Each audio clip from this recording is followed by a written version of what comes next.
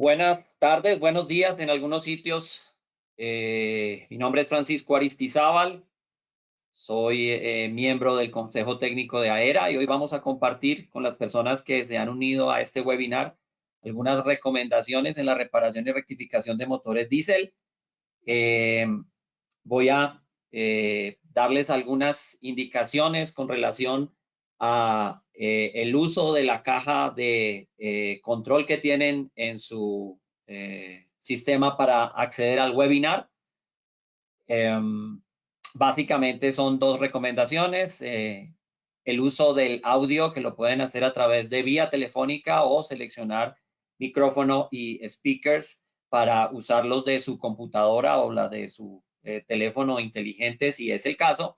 Y hay una caja muy importante que es la de questions o preguntas, donde vamos a, las personas que tengan inquietudes, preguntas a lo largo de la presentación, las pueden escribir y al final de la charla vamos a estar resolviendo esas inquietudes que ustedes han escrito en la caja de preguntas, en la caja de control.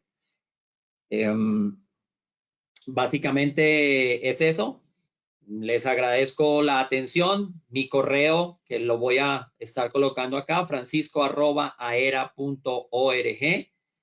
Y si quieren comunicarse con la línea de servicio técnico para los miembros de AERA, teléfonos en los Estados Unidos, 1-815-526-7600, 1-815-201-7779 y nuevamente mi correo y el correo de la línea técnica de AERA. Vamos a hacer un cambio aquí ya a la presentación como tal y vamos a iniciar el tema que nos trae el día de hoy.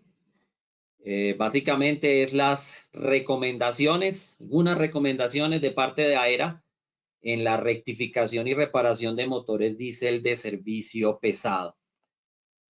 Antes de iniciar, tal vez para los que no conocen, quiero decirles qué es AERA. AERA es una asociación internacional de profesionales automotrices con sede en los Estados Unidos. Es la más antigua asociación automotriz casi que a nivel mundial, que agrupa reconstructoras, talleres de rectificación y reparación, mecánicos, fabricantes, distribuidores de partes, centro de entrenamiento y entidades gubernamentales con más de 3,000 miembros en todo el mundo. Ya AERA tiene más de 100 años de existencia, fue fundada en el año de 1922 y su sede está en el estado de Michigan, Illinois, perdón, en los Estados Unidos. ¿Cuáles son los beneficios que tiene AERA para sus afiliados?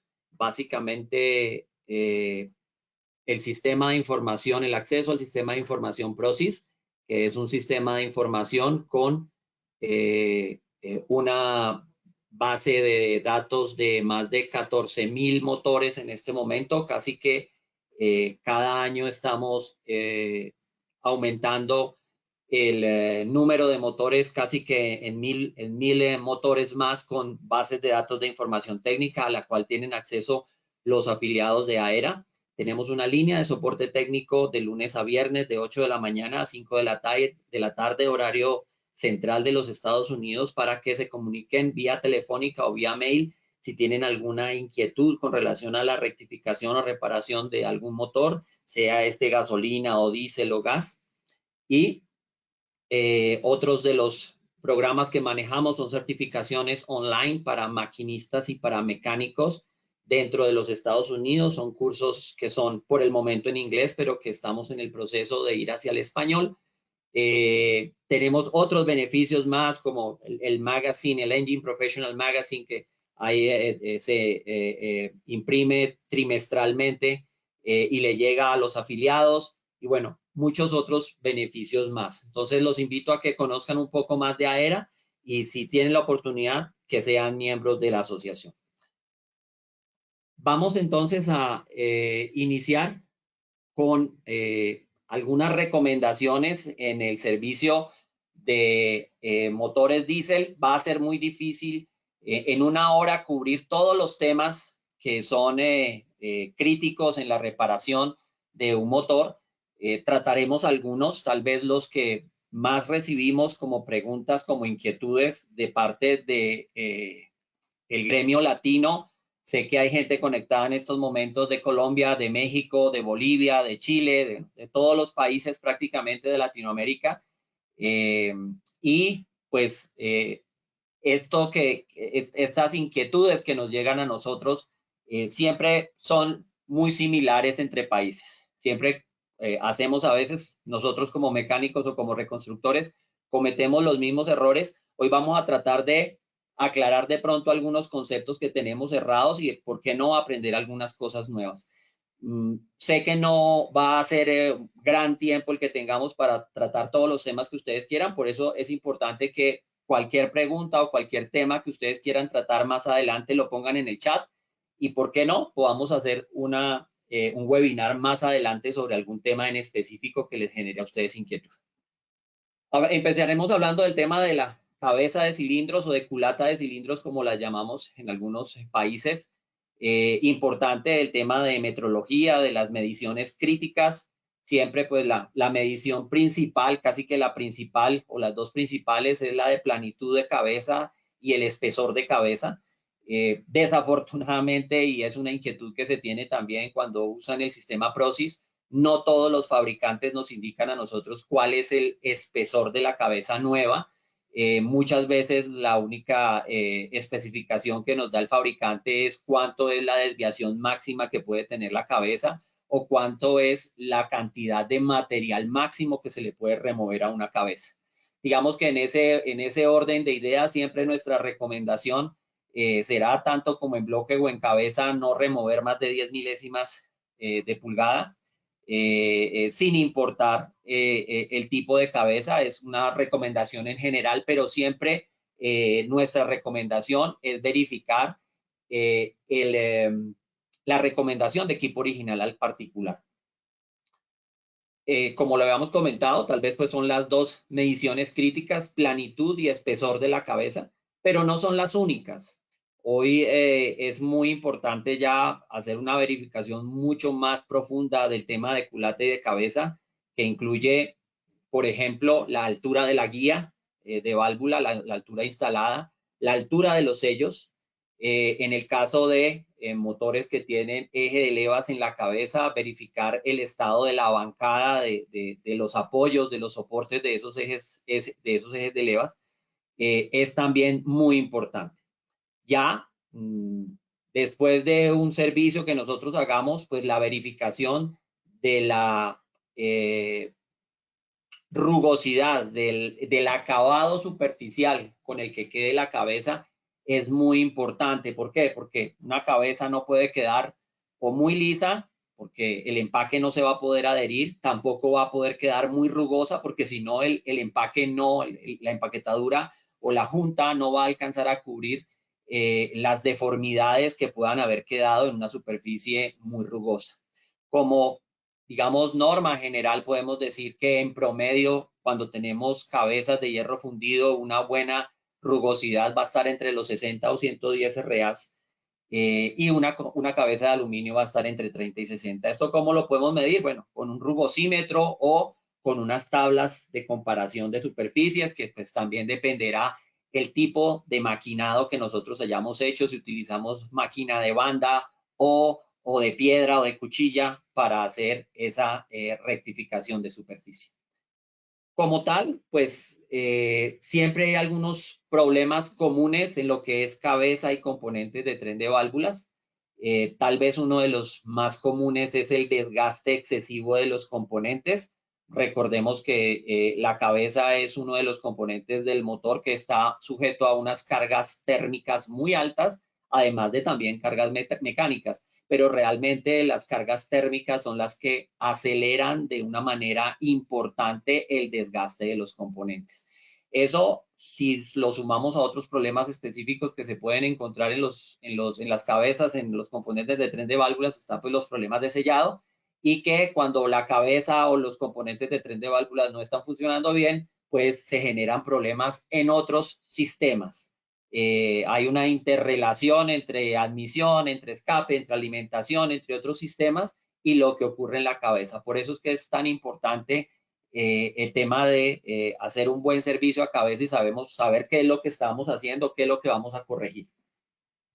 Cuando hablamos de desgaste excesivo, pues lo primero que tenemos que entender es cómo es la dinámica de la transferencia de calor en los componentes del tren de válvulas, básicamente en lo que corresponde al conjunto de válvula, asiento y guía. Ven en la figura una imagen o un diagrama que nos muestra cuánto calor le entra a la válvula, más o menos un 70% a través de la cara, un 30% a través del cuello del filete, y la salida de ese calor, más o menos un 75% se va a través del asiento de válvula y un 25% a través de la guía. Entonces, por eso es tan importante respetar todas las tolerancias dimensionales que el fabricante nos haya dado para que tengamos una transferencia adecuada de calor. Eso como primer punto. Como segundo punto, la utilización de los materiales correctos, de utilizar la válvula con el material, con el recubrimiento correcto, utilizar el asiento con el material adecuado, sea cual sea la aplicación. No es lo mismo un asiento para un motor diésel de alta potencia o un motor que utiliza gas a un motor de equipo liviano de un automóvil que utiliza gasolina y que pues no desarrolla ni la misma potencia ni genera el mismo calor. Entonces, hablando del tema de ese desgaste excesivo, esto es lo que muchas veces vemos cuando desarmamos un motor y removemos la cabeza, removemos la culata y encontramos las válvulas hundidas dentro del asiento, lo que conocemos como un asiento hundido, un asiento desgastado. Y aquí, ¿qué es lo que ocurre? Que pues uno de los materiales es más duro que el otro, en este caso específico la válvula es más dura que el asiento, y al ser más dura, cuando no hay una buena transferencia de calor, lo que hace la válvula es removerle, arrancarle pedazos del asiento hasta que lo va hundiendo. Este tema pues es un tema típico de falla en transferencia de calor y ¿dónde está el problema? Seguramente no respetamos los valores del ancho de la cara de la válvula ni el ancho de la cara del asiento. Si el manual nos dice que debe ser, no sé, 1.5 milímetros o qué sé yo, y nosotros decidimos dejarlo de 1 milímetro, recortando eso, estamos disminuyendo ese camino de transferencia de calor que tiene, valga la redundancia, el calor para pasar de la cara de la válvula al asiento por ese pequeño espacio. Entonces, cuando no respetamos esas holguras, esos valores que nos da para el maquinado, es donde tenemos problemas. El otro problema, pues, es también de pronto no estamos utilizando el material adecuado del asiento. Hay asientos que pierden su dureza rápidamente a alta temperatura. Es la gran diferencia de, por ejemplo, níquel o níquel cobalto no magnético, que mantiene su dureza y retiene su dureza a alta temperatura. Esa es la diferencia a un asiento que no tiene ese estándar, por ejemplo, en el tema de material. Entonces, son cosas que ocurren con mucha frecuencia. Aquí hay un cuadro que nos muestra un grupo de causas de esas fallas por transferencia de calor desde el punto de vista geométrico. Entonces, ya lo mencionamos inicialmente, la falta de margen en la válvula, dejamos una válvula prácticamente que termina en punta, no tiene su margen, el margen específico que nos da el fabricante como recomendación para la válvula en general. Por el contrario, podemos tener un buen margen en la válvula, pero no dejamos el ancho adecuado en el asiento. Entonces, tiene que ser una combinación de cosas, un margen adecuado y un ancho en el asiento adecuado para que haya la transferencia de calor adecuada. Una escasa holgura, una escasa tolerancia entre guía y válvula. Este es un problema muy común que lo tenemos y lo vemos no solamente en Latinoamérica, sino en otras latitudes. No respetamos lo que nos dice el equipo original con relación a la holgura de guía y válvula. A veces no sabemos ni siquiera cómo medirla, cómo dejarla en la medida que nos pide el fabricante de equipo original. Otra falla muy común es la falta de concentricidad entre el conjunto guía, asiento y cara de la válvula. Si ese conjunto no está perfectamente en un solo eje centrado, prácticamente perfecto, la máxima concentricidad, y lo vamos a ver más adelante, es de solamente media milésima de pulgada, una válvula no va a trabajar bien, incluso puede correr el riesgo de quebrarse por fatiga. Y lógicamente los ángulos inadecuados. Si trabajamos un asiento o una cara de una válvula con el ángulo inadecuado, pues vamos a tener problemas de transferencia de calor y pues vamos a tener probablemente como resultado final una falla catastrófica como la que vemos ahí, una falla donde pareciera como si le hubieran removido con un cuchillo un pedazo de válvula, incluso parte del filete hacia el vástago. Eso es básicamente un problema por inadecuada transferencia de calor. El calor ha sido tanto que no lo pudo evacuar la válvula y se presentan problemas como estos.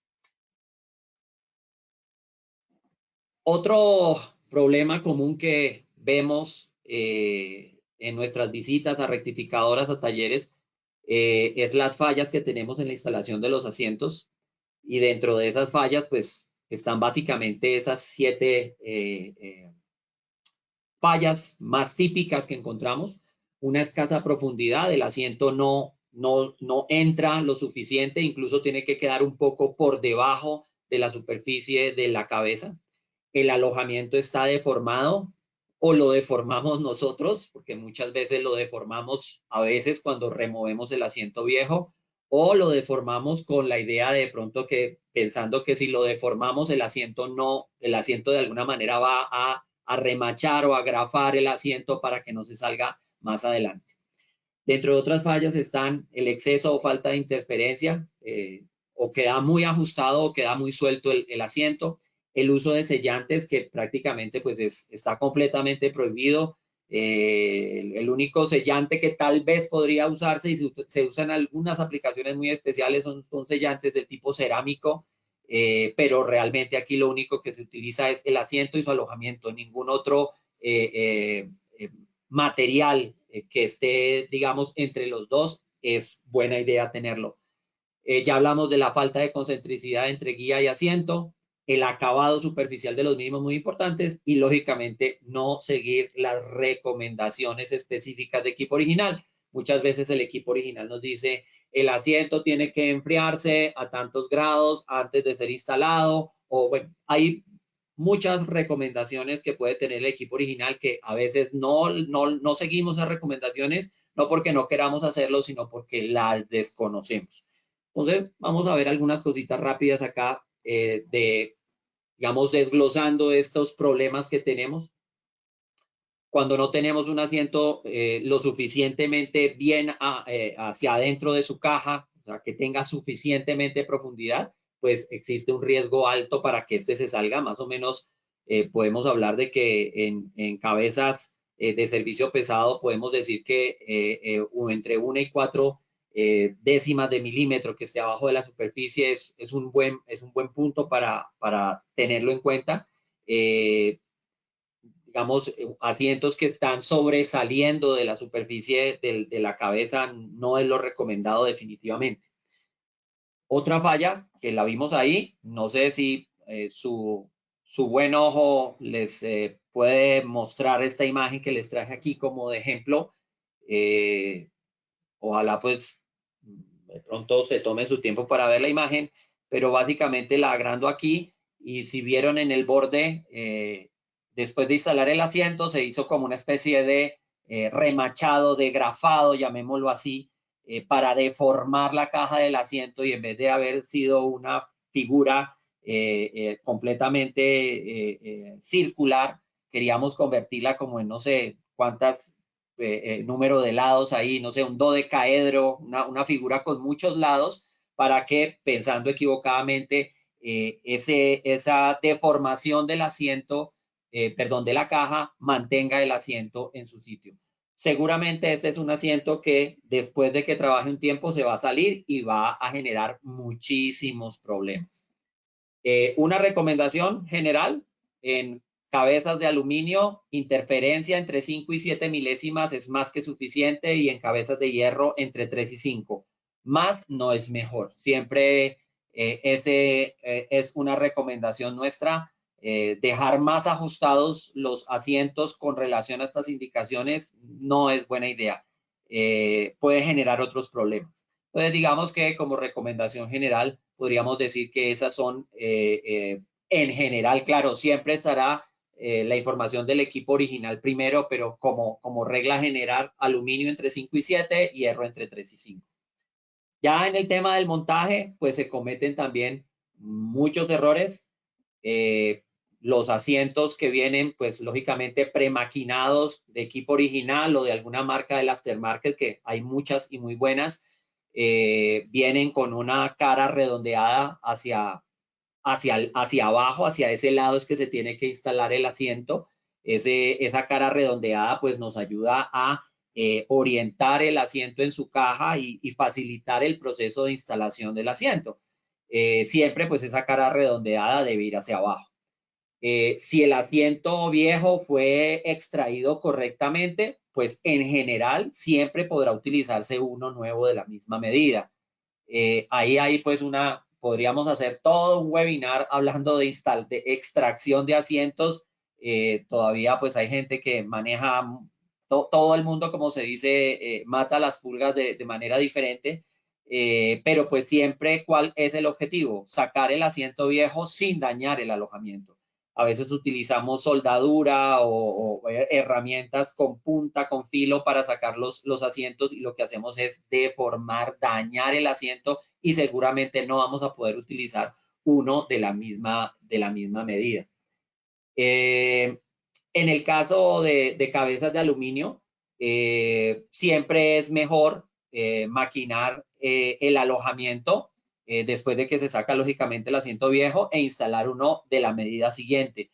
El aluminio lógicamente tiene una dureza muy diferente a la del hierro. Siempre en la salida de un asiento en culata de aluminio va a haber algo de desprendimiento de material. Entonces, digamos que solamente en ese caso específico de cabezas de aluminio es que siempre recomendaremos maquinar y pasar a la siguiente medida de oversize del asiento siguiente.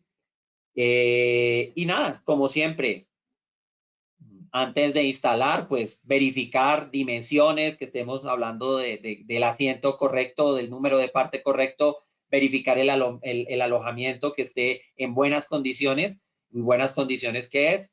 Que esté concéntrico con relación a la guía, que tenga un acabado superficial adecuado, ¿verdad? Y que no tenga pues ningún tipo de componente extraño, llamémoslo así, alguna viruta, algún material extraño que nos impida que el asiento que vamos a instalar llegue al punto donde este tiene que quedar. Hablando de la caja del asiento, definitivamente hay un tema importante que es la rugosidad, es el acabado superficial con el que nosotros vamos a dejar la caja del asiento para instalar, la caja del asiento para instalar el asiento, valga la redundancia. Como norma, pues trataremos de dejar el mismo acabado superficial. Claro, recibimos asientos maquinados en línea y en serie que tienen un acabado superficial muy bueno, y bueno, ese es el reto de dejar un asiento con muy buen acabado superficial, sin deformaciones por efecto de soldadura, si nosotros utilizamos soldadura para retirar el asiento viejo. Y como punto clave está la tolerancia máxima de redondez o de concentricidad, que es algo que desafortunadamente no es el estándar en los talleres, de revisar ese estándar de concentricidad o redondez, que como máximo en general es de solamente media milésima de pulgada. ¿Qué pasa cuando yo no tengo un conjunto completamente concéntrico, completamente en el mismo eje? Aquí yo traje esta imagen agrandando un poco, exagerando un poco el problema, donde tenemos que se puede ver claramente que el eje de la guía no es el mismo eje del asiento ni el mismo eje de la válvula, y si empieza a trabajar una válvula en esas condiciones de descentrado, por decirlo de alguna manera, después de cierto tiempo va a haber una fractura en el cuello de la válvula impajaritablemente. No va a haber ninguna otra opción y van a encontrarse válvulas como estas, donde hay una rotura por flexión por causas como esa, donde hay una desalineación del eje de la válvula, del eje de la guía y del eje del asiento. Claro, también se puede presentar por otras causas, probablemente porque la válvula quedó pegando con el pistón y después de muchos ciclos se puede partir, claro que puede ocurrir. Y por otros factores, pero definitivamente el tema de la pérdida de geometría, y cuando hablamos de geometría del tren valvular, pues es un tema bien importante porque no solamente la geometría está entre el conjunto de válvula, guía y asiento, sino de ahí para arriba también podemos analizar la geometría del balancín y de la varilla impulsadora, de los componentes que muevan todo el tema del tren valvular. Pero básicamente, pues, no tenemos mucho tiempo, vamos a hablar solamente de estos temas, de estos puntos críticos, sobre todo en el tema del conjunto válvula, guía y asiento. Entonces, la única manera de verificar esa concentricidad es con una herramienta como esta, que es un verificador de concentricidad. No hay ninguna otra manera técnica de verificar media milésima de pulgada, si no es con esta herramienta. Entonces, pues es importante hacerlo y estar, digamos, sobre todo conscientes de que es uno de los puntos más críticos en la reparación de una cabeza de cilindros. De nada sacamos instalar guías nuevas, asientos nuevos, válvulas nuevas, si, digamos, esa geometría, esa concentricidad no se está cumpliendo. Algo que también, pues, hablamos de la rugosidad del acabado superficial del asiento. Ahí, como pueden ver en esa imagen, pues, definitivamente hay un problema, o sea, un problema en la herramienta o en la máquina que nos está haciendo el corte, o no sé, de pronto a veces del operario, o qué sé yo, pero pues esa no es la manera de dejar un alojamiento en una cabeza, en una culata para la instalación. El terminado de la caja debe tener una rugosidad tal que sea lo más similar a la rugosidad del asiento. El asiento, pues lógicamente tiene un acabado superficial muy, muy bueno, pues ese es el reto de tratarlo de dejar casi que de igual. Y viene ya el proceso final, que es el proceso de la instalación del asiento, que siempre será mejor instalarlo con una prensa para que la presión sea pareja, sea uniforme, sea estable y que nos asegure que el asiento va a entrar y va a bajar hasta el fondo del alojamiento. Pero bueno, no siempre se utiliza aquí como buen colombiano que soy, lo hacemos a la colombiana, a la mexicana, a la ecuatoriana, a la chilena, con martillo y con un piloto pues para orientar el asiento. No quiere decir que no lo podamos hacer así, pero pues tenemos que tener precaución de que el piloto con el que estamos orientando el asiento hacia abajo de la caja pues esté perfectamente en contacto y si lo estamos haciendo de esta manera, pues asegurar que lo que estamos haciendo, como estemos colocándole la fuerza, golpeando al asiento, no vaya a generar daños y que realmente baje hasta donde tiene que bajar. Casos como estos donde un asiento no ha bajado, ahí podemos ver que podemos introducir una laina, una galga. Eso me muestra a mí que la caja o está descuadrada o el asiento no ha bajado hasta el punto donde tiene que bajar.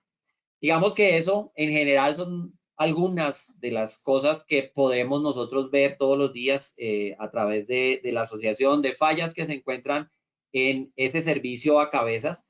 Siempre hay una recomendación, si pueden trabajar hoy la gran mayoría de fabricantes del equipo original y del mercado de reposición manejan los kits completos, kits donde vienen todos los elementos para hacer la reparación de la cabeza, válvulas, guías, asientos, resortes, cuñas, bueno, absolutamente todo. ¿Qué ventajas tienen estos kits? Hay una confiabilidad de que tenemos piezas que van a trabajar en conjunto.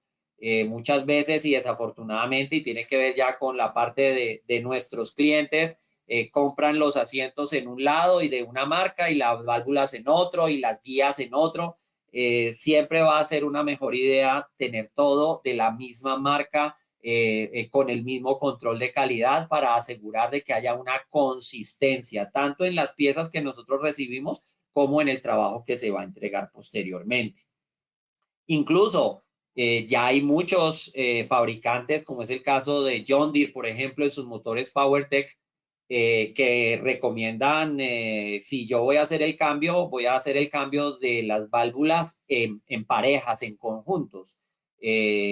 Así como cuando uno va y cambia un amortiguador del coche, se deben cambiar los dos, siempre en parejas, o las dos rótulas o las dos terminales. Lo mismo pasa con los componentes del tren valvular. El mantener esa geometría correcta, el mantener esa alineación correcta, el mantener esas tolerancias de concentricidad de alineación, depende en gran parte de digamos, hagamos esos cambios de piezas en conjunto. Por eso esa buena recomendación que les podemos dar es utilicen todo en kit, en conjunto, ojalá cuando hagan un servicio completo, lo hagan completo, incluyendo resortes, incluyendo rotocoil, incluyendo válvulas, asientos, guías, por ejemplo, por supuesto, y las válvulas, claro que sí. Finalmente, pues en motores diésel, algo importante que también genera mucho problema son las famosas mangas o camisillas de inyector. Ya hoy los motores modernos, a diferencia de los motores de hace 20 o 30 años, la gran mayoría utilizan camisillas en acero inoxidable que presentan ya un reto diferente para la rectificadora de motores en su instalación. Digamos que una camisilla de bronce latón de las que se usaban o todavía se usan en motores antiguos, son camisillas o mangas muy maleables, muy blandas, que las puedo, digamos, manipular, digamos, más fácilmente que una camisilla de acero inoxidable. Estas camisillas de acero inoxidable, pues lógicamente son más duras. Traje como ejemplo la camisilla del motor ISX, del Cummins ISX de 15 litros, un motor muy popular desde Argentina hasta México. Incluso esta camisilla ya fue una respuesta a una falla que tuvo Cummins, porque las primeras cabezas de Cummins venían con camisilla de bronce latón. Pero al usar estos motores, ya estos refrigerantes long life, refrigerantes de larga vida, son refrigerantes que atacan de manera importante ese tipo de materiales, y se presentaban algunas fugas. Por esa razón, Cummins decidió ya en las culatas de servicio y en las culatas remanufacturadas introducir la nueva camisilla de acero inoxidable. Pero para una camisilla de acero inoxidable necesitamos herramienta especializada. Ya no es la misma herramienta que nosotros utilizábamos en las camisillas de cobre latón. Este es digamos, el juego de herramientas necesario, por ejemplo, para la camisilla de ISX, que tiene también todo un procedimiento desde la desinstalación o de la remoción de la camisilla antigua, que debe hacerse a través de un procedimiento de roscado. Se debe roscar la camisilla para luego alarla con un macho, ¿no? Después de que la roscamos, colocamos el extractor, que es un macho extractor, y la jalamos, la removemos. Después de que removemos, debemos hacer una limpieza del alojamiento para instalar ahora sí la camisilla nueva. Y esa camisilla pues se instala también, digamos, aquí sí, el piloto tiene, como se dan ustedes cuenta, una tope que llega hasta el borde de la cabeza, que es el que me indica que ya la camisilla llegó hasta el fondo.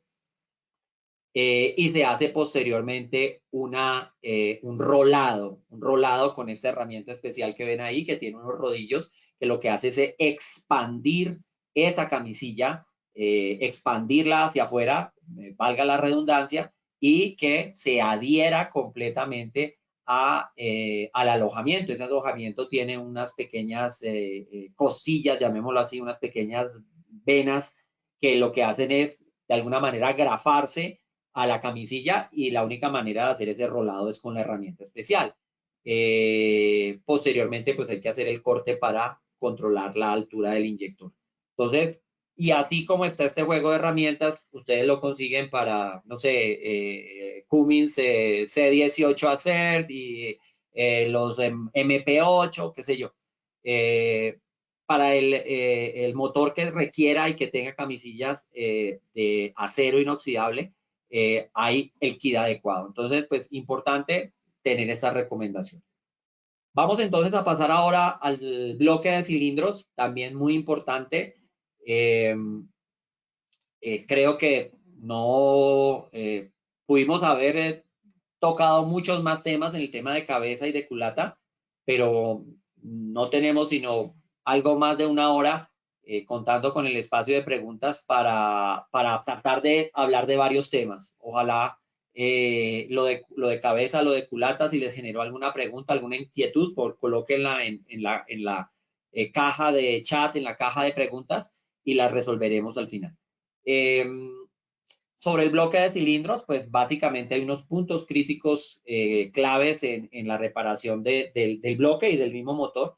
Es la inspección por condición general del bloque, que no tenga, digamos, grietas, que no tenga partiduras, que no le falten pedazos, llamémoslo así, pero esa condición general tiene otros puntos críticos dependiendo del tipo de bloque. Si es un bloque para motores de camisas húmedas, estaremos hablando más adelante del tema del alojamiento superior, del alojamiento inferior.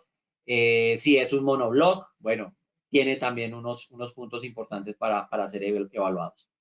Dentro de esas mismas mediciones, cuando estuvimos hablando de la cabeza, hablamos de la espesor de la cabeza de cilindros. Acá también, pues, no estamos hablando de espesor, estamos hablando de la altura del bloque. Importante, es un dato importante, no menor. Y sobre todo, pues, en bloques que ya tengan cierta edad y que ya requieran de pronto algún servicio mayor. Lógicamente, como en el tema de cabeza, la planitud, el plano de la mesa del bloque es un punto supremamente importante para garantizar una buena reparación y un buen sellado. Es uno de los factores primordiales para que haya un buen sellado del empaque de cabeza. El acabado superficial y la planitud de tanto de cabeza como de bloque es un punto fundamental. Vamos a hablar del escalón del bloque o del counterboard, del alojamiento superior donde asientan las camisas húmedas, que es un punto muy crítico, muy crítico. Todas las semanas tenemos algún tipo de pregunta sobre ese tópico. Incluso en las últimas ediciones de nuestra revista Engine Professional hemos hecho algunos artículos sobre ese tema y de los procedimientos que se tienen hoy en día para reconstruir esa zona superior del motor. Y lógicamente el diámetro o el ajuste de la camisa en esa zona, en la zona inferior y en el caso también pues de un monobloc, ese ajuste de la camisa, si es el caso que estamos encamisando. Entonces, hablando de condición, rápidamente, el bloque debe ser inspeccionado por fisuras, por reventaduras, por deformaciones. Es importante tener claridad con relación a que estamos, cuál es el bloque que estamos revisando, cuál es la serie, cuál es el modelo. A veces cuando nos envían preguntas a la asociación, no nos envían información clara, simplemente nos dicen tal motor, si es que a veces ni siquiera nos dan el modelo del motor, a veces nos dan información muy somera y así es muy difícil poderles ayudar. Entre más información completa, precisa del motor que ustedes están requiriendo información técnica, pues para nosotros va a ser mucho más fácil ayudarles. También, como lo mencionamos en el tema de cabeza de culata, la planitud es un tema bien importante. Aquí la recomendación, al igual que en la cabeza, es de no rectificar más de 10 milésimas de pulgada y en general para bloques grandes, para bloques de servicio pesado, una desviación máxima de 5 milésimas y una desviación transversal de 3 milésimas es la máxima aceptable. Más de eso, ya tendríamos que ir a mirar si necesitamos hacer una rectificación o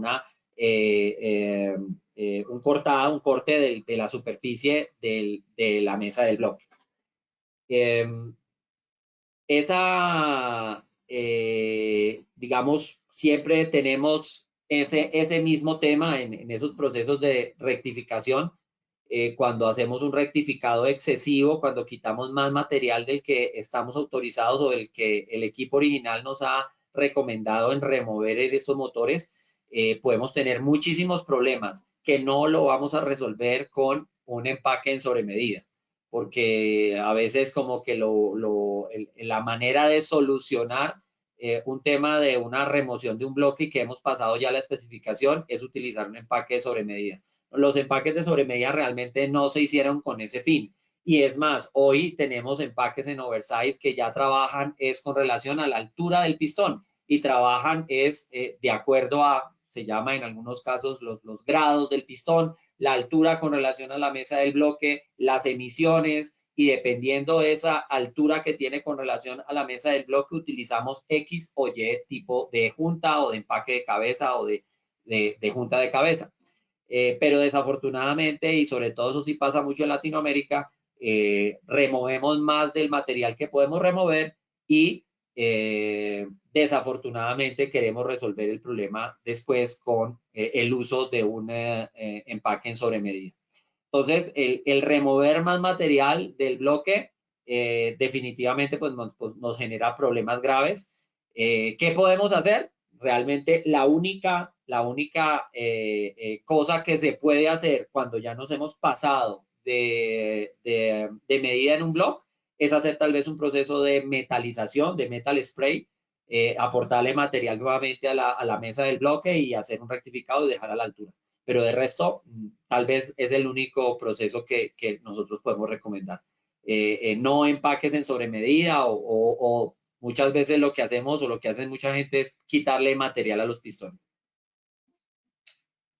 Todos los manuales de servicio, generalmente en el tema de servicio pesado, tienen la altura del bloque. Algunos no lo manejan, pero tal vez lo que manejan, otra manera de medirlo es con la protrusión del pistón. Pero traigo este tema de algunos motores que sí utilizan culatas, juntas de culata o juntas de cabeza en sobremedida. No como una garantía para que removamos el material que queramos remover, porque si sabemos que hay un empaque en oversize, eso lo va a cubrir. No, realmente es cuando estamos en un límite, cuando el bloque está en el límite inferior y la cabeza está en el límite inferior de su espesor, siempre va a ser mejor utilizar una junta en sobremedida. Estar en esos dos puntos límites a veces nos puede generar, sobre todo en motores que ya tienen muchas horas, muchos kilómetros, problemas de sellado y otro tipo de problemas que podamos tener con relación al tema de sellado. También aquí el tema del acabado superficial es supremamente importante, lo comentamos cuando vimos las recomendaciones de cabeza. Aquí, lógicamente, en bloques de hierro estamos hablando de 60 a 120 RAs, que lo podemos comparar con un rugosímetro, con una lámina comparadora. Volvemos al mismo punto. Una superficie muy lisa no nos sirve porque el empaque no se va a poder adherir, no se va a poder agarrar a la superficie del bloque. Una superficie muy rugosa tampoco nos va a servir porque el empaque no va a poder cubrir las imperfecciones que tiene el bloque. Entonces, esa rugosidad debe estar en un valor tal que me permita a mí que el empaque se pueda adherir y haga su función, una de sus funciones principales, que es la función de sellado. ¿De qué depende ese acabado de superficie? Pues depende de muchos factores. Como lo comentamos, dependiendo del tipo de máquina que utilizamos, si es utilizamos una máquina de cuchilla o utilizamos una máquina de piedra o no utilizamos una máquina de banda, dependiendo la velocidad de corte, dependiendo el grano, pues, hay muchos factores. Pero pues al final del día siempre habrá una especificación del equipo original con relación a la rugosidad que se debe dar. Hoy en día esto es muy importante. En los motores más modernos el tema de rugosidad empieza a ser un factor ya, digamos, determinante en tener un buen sellado. No necesariamente todos los motores utilizan el mismo acabado, ¿no? Ese es un error que a veces se comete. de pensar de que es el mismo acabado para todos los motores. Siempre hay que ir y consultar la especificación del equipo original con relación a su recomendación en cuanto a rugosidad de superficie. Un rugosímetro, pues, no todo el mundo lo tiene, pero pues existen otras herramientas del tipo de comparación como esta, que dependiendo si es de banda o si es de cuchilla o si es de piedra, me puede indicar comparando con la superficie más o menos en qué rango de rugosidad estoy más o menos andando. Es una herramienta, digamos, bastante útil desde el punto de vista de comparación si no se tiene un rugosímetro. Punto supremamente importante, tal vez el punto más clave junto con la altura del bloque en los motores de camisas húmedas es determinar si el escalón o el counterboard o el alojamiento superior está en buenas condiciones. ¿Por qué? Porque de él dependerá que la camisa de cilindro ajuste correctamente. Y me centro más en el de arriba porque pues los motores que nosotros más conocemos son de ajuste superior, aunque pues ya tenemos muchos motores con camisas de ajuste medio. Caso, por ejemplo, ISX es una camisa que tiene un ajuste en la parte media del bloque. Pero pues el tema es que muy pocas veces se verifica este escalón, sobre todo cuando hacemos nosotros reparaciones en sitio. Los famosos infram kits están diseñados, o las medias reparaciones para hacer una reparación en chasis, pero digamos que culturalmente estamos como acostumbrados a sacar la camisa y seguramente con muy poca verificación introducir la camisa nueva. Ya con motores de mucho tiempo, pues es un error. Es una verificación supremamente importante y que me determina a mí muchas cosas. Si ese escalón no está en buenas condiciones, como ustedes lo pueden ver en la imagen, cuando yo instale la camisa y apriete la cabeza, lo más seguro es que yo vaya a reventar las cejas, voy a reventar la brida. Es un error bastante, digamos, común y frecuente encontrar estos escalones fuera de dimensión, uno, o que no están en el ángulo correcto. Entonces, este tema se solventa de varias maneras. En algunos casos podríamos utilizar, y en el caso que lo existan, camisas en sobremedida de diámetro exterior y sobre todo pues hablando del tema de la ceja, pero no en todos los casos existe el otro camino, que es el camino, digamos, más viable y de los más, digamos, entre comillas, dentro del tema de técnica mecánica para realizar, es la reconstrucción del alojamiento con camisillas de reparación de bloque. Y esto no solamente aplica para el alojamiento superior, sino también para el alojamiento inferior, donde trabajan los sellos de la camisa. Generalmente en la parte inferior son ese alojamiento se corroe, oxidación, bueno, una cantidad de problemas que si yo no los resuelvo cuando introduzca la camisa, rompo los sellos y voy a tener seguramente mezcla entre refrigerante y lubricante. Pero hablando de las camisillas superiores, casi que todos los motores de camisas húmedas, tanto el equipo original como el aftermarket, tienen a disposición en el mercado camisillas en varias medidas para el 855, para el N14. Traje algunos ejemplos simplemente, serie 60, C15. Es importante conocerlos.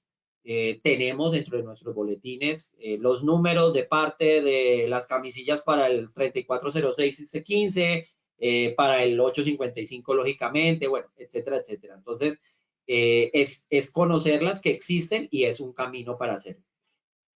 Definitivamente, pues eso ya es un punto, el tema del maquinado del alojamiento para, o sea, para recibir la camisilla de reparación de bloque, o sea, para recibir una camisa, por ejemplo, o probablemente en oversize y el uso de pronto de chips para controlar la altura.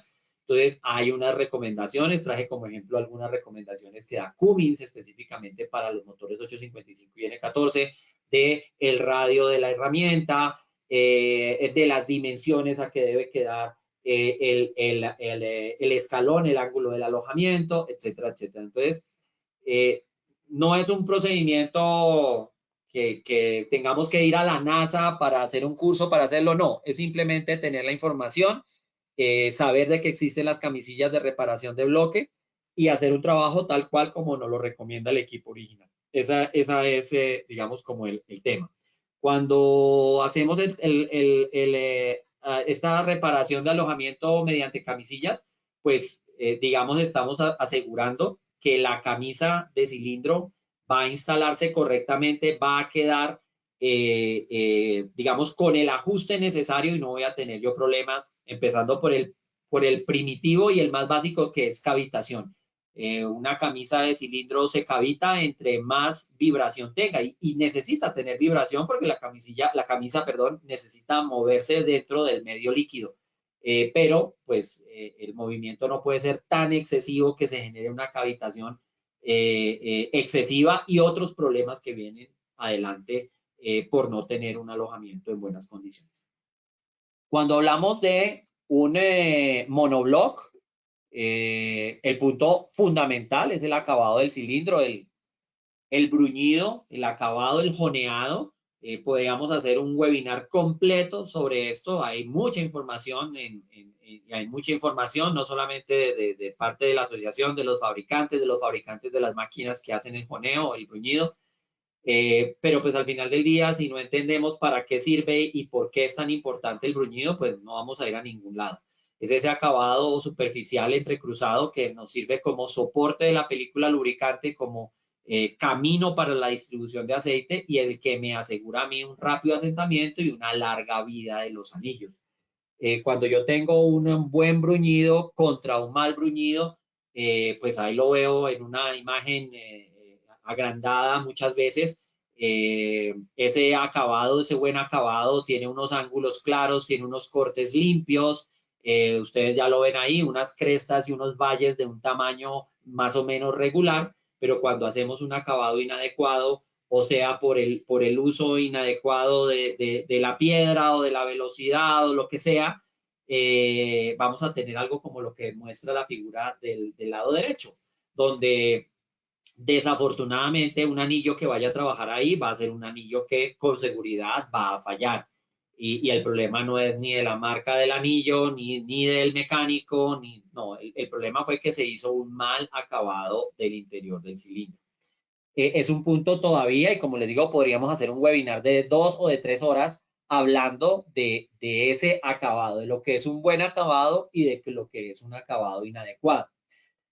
Es todavía un punto crítico el tema de la placa de torque, no la hemos entendido, no hemos todavía comprendido para qué es, ya prácticamente hoy casi que es mandatoria en la mayoría de motores monobloc, los motores que utilizan o pistones en sobremedida o al final camisas de salvamento de bloc.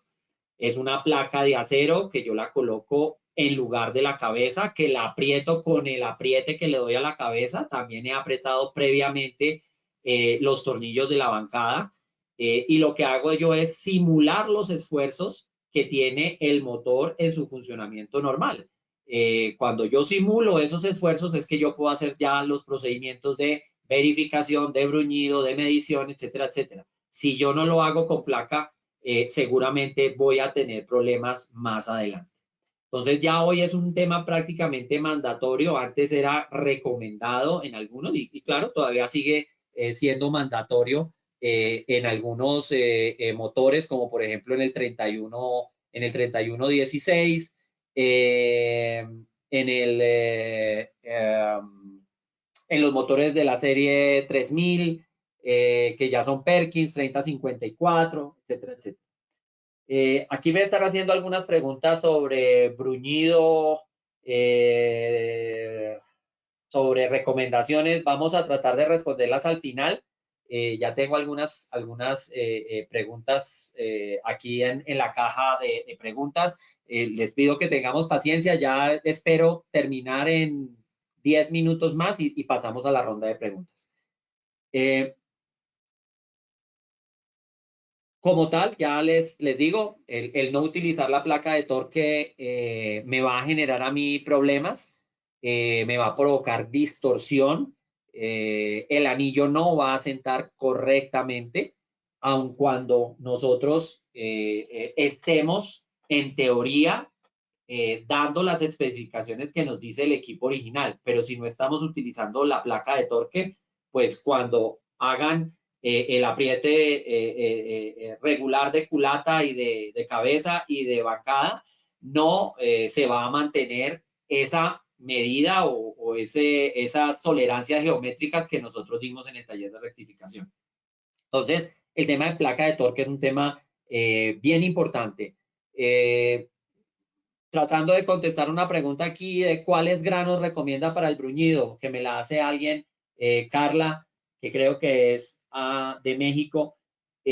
Todos los fabricantes tienen recomendaciones diferentes con relación al grano. Por ejemplo, en 3116 en Caterpillar, para llegar a la medida final, creo que si no la memoria no me falla, son como 4 granos diferentes para llegar a la medida final. Unos granos de desbaste grueso, ya desbaste más fino, acabado, y el acabado final prácticamente es completo. Pero, digamos, si ya tienes alguna, digamos, no hay una recomendación en general, por eso te digo, hay que también tener en cuenta una cosa es el acabado que yo le voy a dar a una camisa, a un encamisado, a una camisa de salvamento, al acabado que yo le voy a dar a un monobloc. El acabado debe ser el mismo, pero el material sobre el cual yo estoy trabajando es diferente. Es diferente. Una cosa es el proceso que yo le voy a hacer a una camisa de salvamento de bloc, posteriormente a ser instalada. Otra cosa es el procedimiento de bruñido que yo voy a hacer en un monobloc, por ejemplo, para instalar pistones en sobremedida, que es el deber ser, ¿no? Desafortunadamente nosotros no los utilizamos. El deber ser es cuando voy a hacer la reparación, utilizar los pistones en sobremedida hasta llegar a la última sobremedida disponible y ahí sí instalar una camisa de salvamento de bloque. Pero desafortunadamente en muchos países pareciera que no conocieran los pistones en oversize o no estuvieran disponibles y lo que se hace es únicamente encamisado. Más adelante podemos resolver algo más del tema, Carla, si te sirvió. Vamos a ya estas últimas láminas que son sobre el tema de la instalación. El tema de la altura de camisas es súper importante. Depende en gran medida pues, de muchos factores, pero lógicamente que nuestro alojamiento, vamos a hablar solamente de uno, de nuestro alojamiento que esté, de nuestro counterboard que esté en buenas condiciones. Esa es una medida que debemos tomar primero con las camisas sin sellos. Debemos seguir la recomendación del equipo original en cuanto al sujetador. Como ven ahí una imagen, ese es un serie 60 con el sujetador de 3 puntos. Se sujeta con el apriete que nos diga el fabricante y tomamos la medida no solamente de la camisa que estamos verificando, sino de camisas adyacentes. Es súper importante también tener ese valor de valores adyacentes que tengamos digamos, de alturas de camisas adyacentes, no solamente la que tengo al lado izquierdo, sino la que tengo al lado derecho.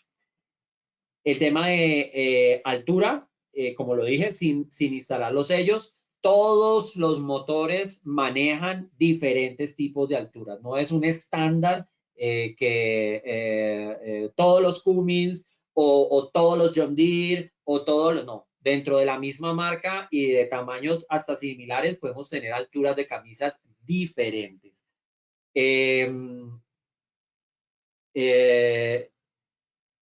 Diferentes. Vamos a otra lámina, ya para terminar, que es ejemplo en el tema de el control de la altura con los famosos chims, que lo podemos, hay chims para muchos motores, para Cummins, por ejemplo, la serie S en 855, en N14. Lo que hacemos después de pronto hacer un maquinado en la parte superior del bloque y que la altura no nos está dando, pues la podemos controlar con los chims, con esas lainas, con esos chims que vienen también de diferentes tipos de espesor. para controlar la altura. El tema ya de la instalación de la camisa como tal, que pues es un procedimiento que generalmente lo hace el mecánico, que lo debe hacer ojalá con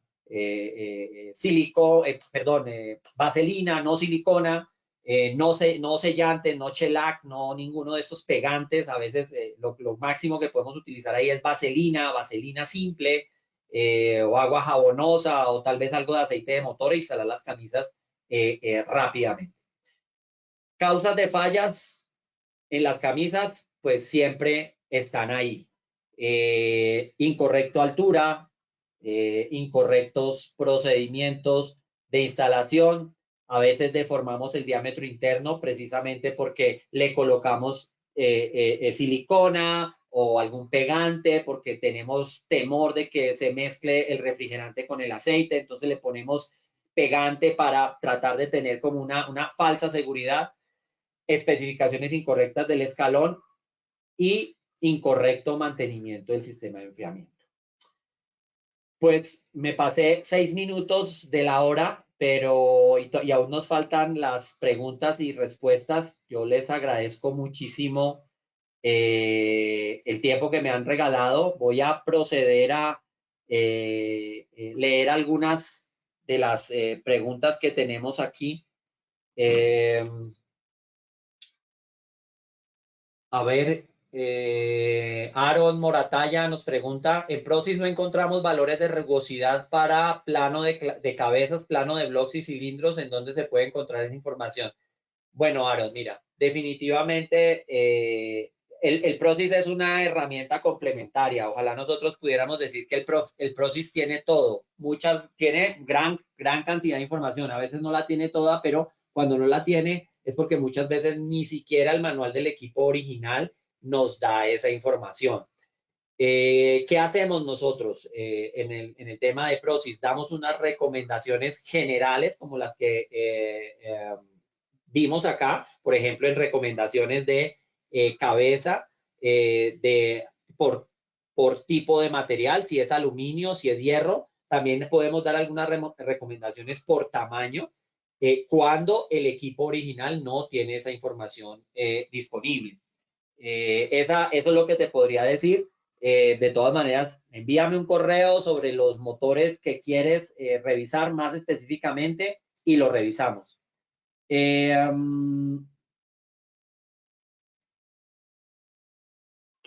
Aquí hay una persona, Joseph Rueda, me dice: ¿qué explicación se da cuando se pillan la cabeza de culata y se mantiene la misma medida de empaque? Bueno, sí, es que si se hace pillado y se está dentro del límite máximo que me dice el equipo original, yo no tengo ninguna necesidad de usar el empaque en sobremedida. Realmente, pues eso está calculado y así lo calcularon los que diseñaron el motor. Por eso yo tengo un límite, esto es un intervalo de medidas. Si yo estoy dentro de ese intervalo, yo puedo seguir usando el empaque normal. Vuelvo y lo digo, el empaque de sobremedida no es que sea una carta de garantía para que se rectifique más allá del límite máximo. No, el empaque de sobremedida se utiliza en los casos donde sea necesario. Por ejemplo, ocurre, como les comenté, cuando yo he maquinado cabeza y la he dejado al límite inferior, he maquinado bloque y lo he dejado al límite inferior, muy seguramente en ese caso es recomendado montar un empaque en sobremedida. Pero eso no significa que si yo hago una rectificación de superficie, inmediatamente voy a utilizar un empaque de cabeza en sobremedida. No es necesario. Para eso se tuvo por descontado cuando se hizo el diseño propio del motor. Aquí nuestro amigo Luis Maurilio desde Tlalnepantla, México. Muchas felicidades, saludos del Estado de México. Bueno, Luis, gracias por el saludo y bueno, espero verte pronto. Jackson Pérez nos pregunta: al usar las placas de torque teniendo en cuenta los aprietes angulares, ¿cómo se debe aplicar el procedimiento del torque teniendo en cuenta que los tornillos se alargan con los ángulos y no se podrán volver a utilizar? Es una buena pregunta. ¿Qué es lo que nosotros sugerimos? O sea, al final del día, el torque más ángulo lo que busca es un torque final, un valor de torque como cualquier apriete, porque pues antes de que existiera el torque más ángulo y ahorita pues hay otros tipos de aprietes, lo que se quiere dar es un valor específico al final. Ese es el valor que tienes que determinar, saber cuál es el valor de apriete final y hacer un procedimiento similar con un tornillo convencional. O sea, que sea por torque con ángulo, que por esa razón no podamos utilizar la placa de torque, no. Yo lo que tengo que saber es el valor del torque final y con un tornillo convencional, un tornillo de cabeza convencional, ir y llegar a ese apriete. Lo que vamos es a simular, la simulación del esfuerzo de la cabeza es lo que nosotros buscamos en ese momento.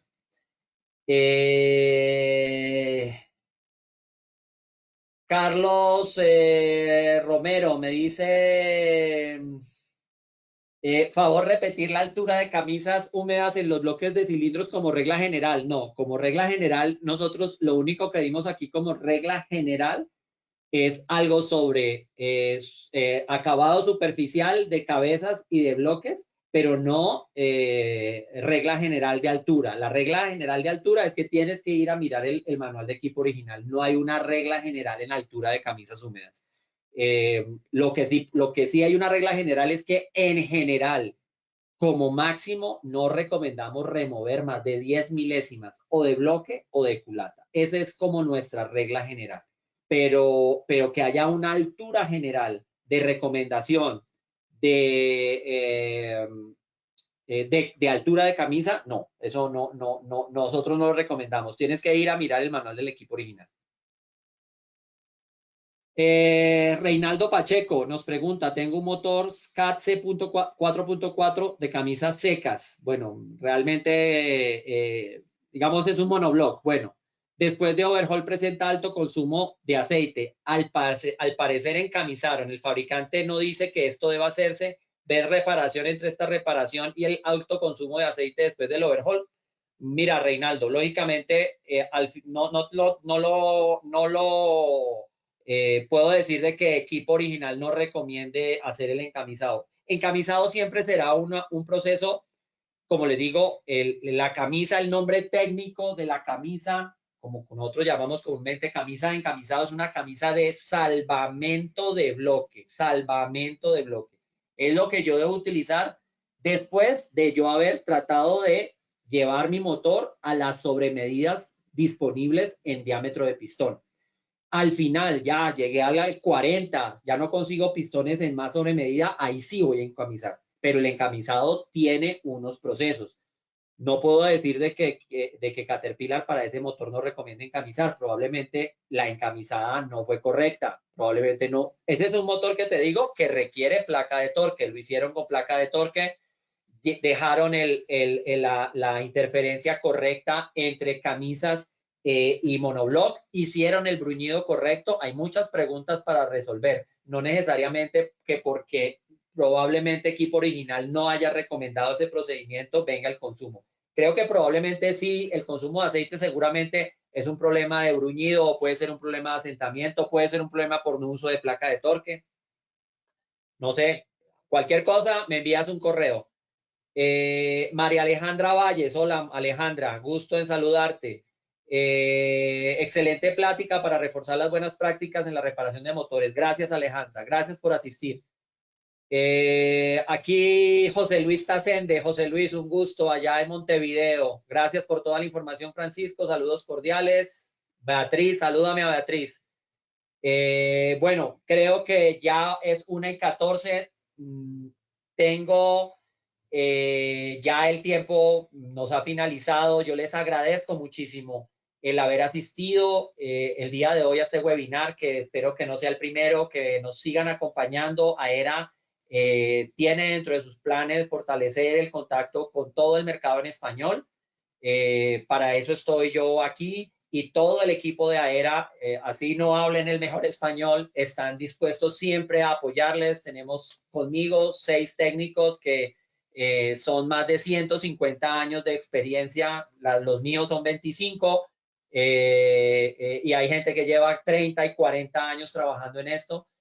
Toda esa experiencia está a disposición suya. La copia, ustedes pueden, van a recibir un link para ver la grabación de este webinar, que por aquí me quedaron algunas preguntas de eso, de una copia del webinar. Va a haber una grabación que la pueden acceder en el momento que ustedes gusten.